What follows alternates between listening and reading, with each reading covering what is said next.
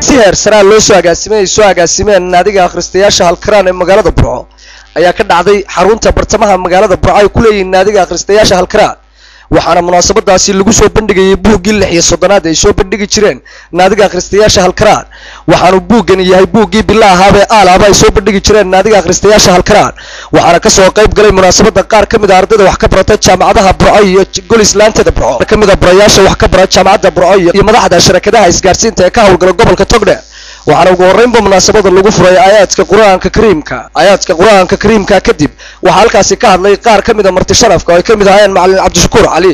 oo aan bara ka tirsan jaamacadda Burco isla mar ahaantaana ah madaxa akaademiga culumta islaamka ee magaalada Burco waxaanu macallin Cabdishakuur ku amaanay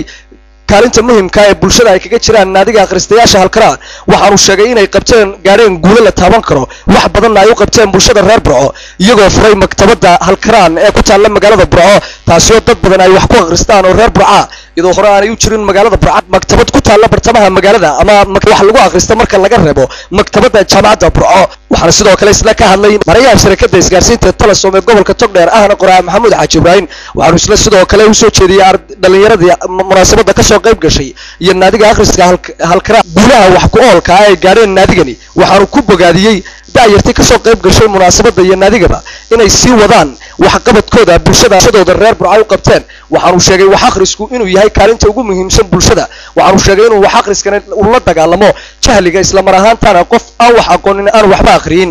waxaana munaasabadani ay ku soo gabagabowday farxad iyo reereyn waxaan intaasi kadib la yeelanay waraysi khaas ah maamulaha naadiga akhristayaasha halkaraan Abakar Carabi leeye waxaanu u dhacay waraysigaasi sidan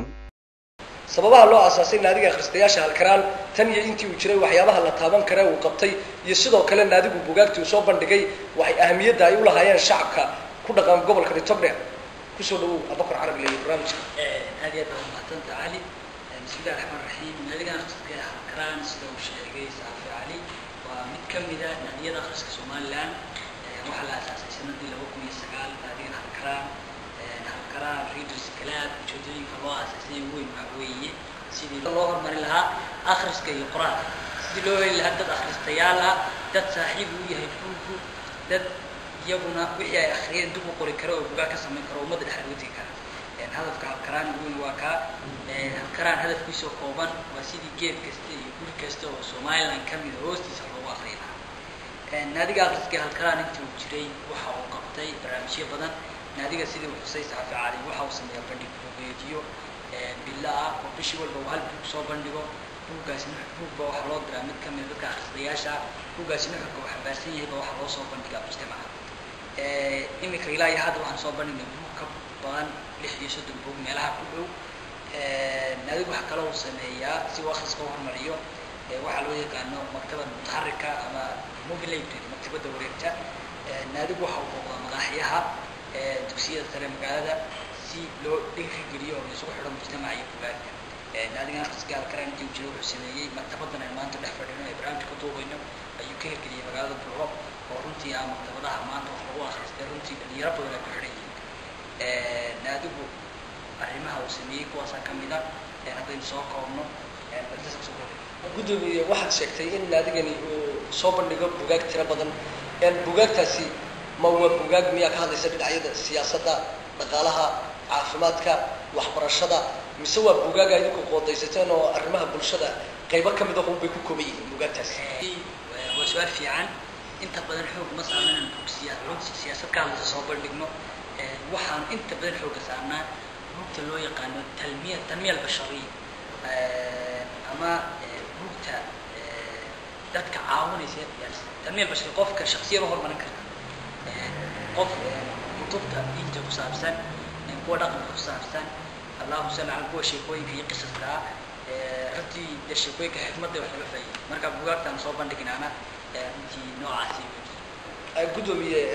waxa jirta naadigu saad sheegtay buugaag fara badan ayuu soo bandhigaa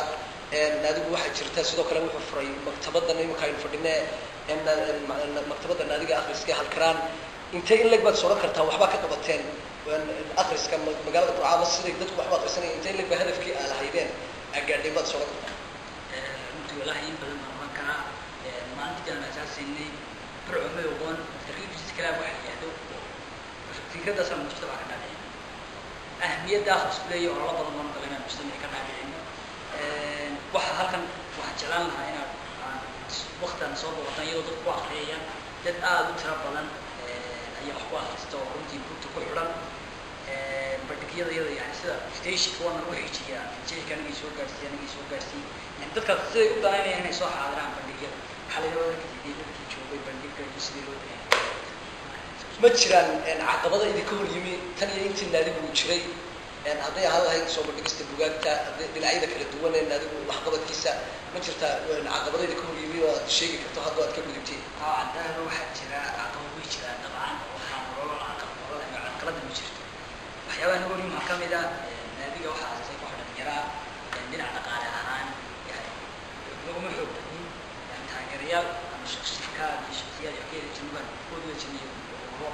أبو يجنون من البوستة واحد يقعد وقت يقع نادي مشي شغل ولا لكن عندنا ولا لا بس ما كان نادي أي واحد يحط فيش من اشتراكات رسمي من هذا الشركة أو شخصيات أو بالقوال واحد قالوا على كلام نقول يمكن مستمعين واحد هذا وبعض الأخوان أخصم متفاعلين يعني نحس كحيتين إنسان مكتبات مرة كلنا مكتبات الأحياء متجينا تعرف قرنية مسكت على نوار أنا حبيت سيد يعني سنين مثلا في أولاد waxyaabaha soo badna marka dhinaca dhaqaalaha cida ku tirsantiin hadda ku jirtaayo aad ka heshaan dhinaca dhaqaalaha ka caawisa waqtigan xaaladka waxa aan u xiyanahay maya dariga wala waxa naadiga taageerada shaqada iskaashiga teleson iyo wadada leeyahay meelaha hawga laakiin waqti xaadirkan ay ila ka helo dac ma jirto qofka ku soo biiraya naadiga akhristayaasha halkaraan ee ka mid noqonaya ma jirtaa shuruudaha ku xidhan waa la jira qof marka hore waa inuu yahay qof danayna akhriska uu jecel yahay qofku waalidka ku xidhan waa inuu yahay shuruudaha ugu waaweyn aqoon ahaan waxaan ku xidhnay secondary level yahay oo hoosay qofku marxalad secondary soo gaaray yani aqoontiisu yar korsan tahay inuu yahay qofkan tacaam dadka la dhaqmay wanaagsan yahay qof yani creative mubdico wax abuur karo wax soo gudbin kara inuu yahay waxyaabahaas ka ma jira sharci ururku leeyahay ama naadigu uu leeyahay oo waxna faraya qofka ku soo biiraya waxna ka ribi daahir wadaan lahayn biirorade waxaan yaray meesha yaalla kala qaadan bay qaadan sharci jiriya kala dambeynada marka wuxuu leeyahay constitution yani xubin kasta iyo qof kasta oo naadiga kamid shaqadiisa iyo waxa mas'uuliyadiisa iyo waxa laga rabo iyo waxaan looga baahnay uu ka celiyaa ugu dambeyntii abakar carabi iyo gudoomiye ma jirtaa wax fariin oo aad u gudbanaysid bulshada ku daawanaysa reer Somaliland ama cid kasta oo danaysa akhriska oo qayb ka qaadan karto horumarinta akhriska iyadoo ognahay ahmiyadda uu akhrisku leeyahay ummad kasta iyo cid kastaba ahmiyadda uu leeyahay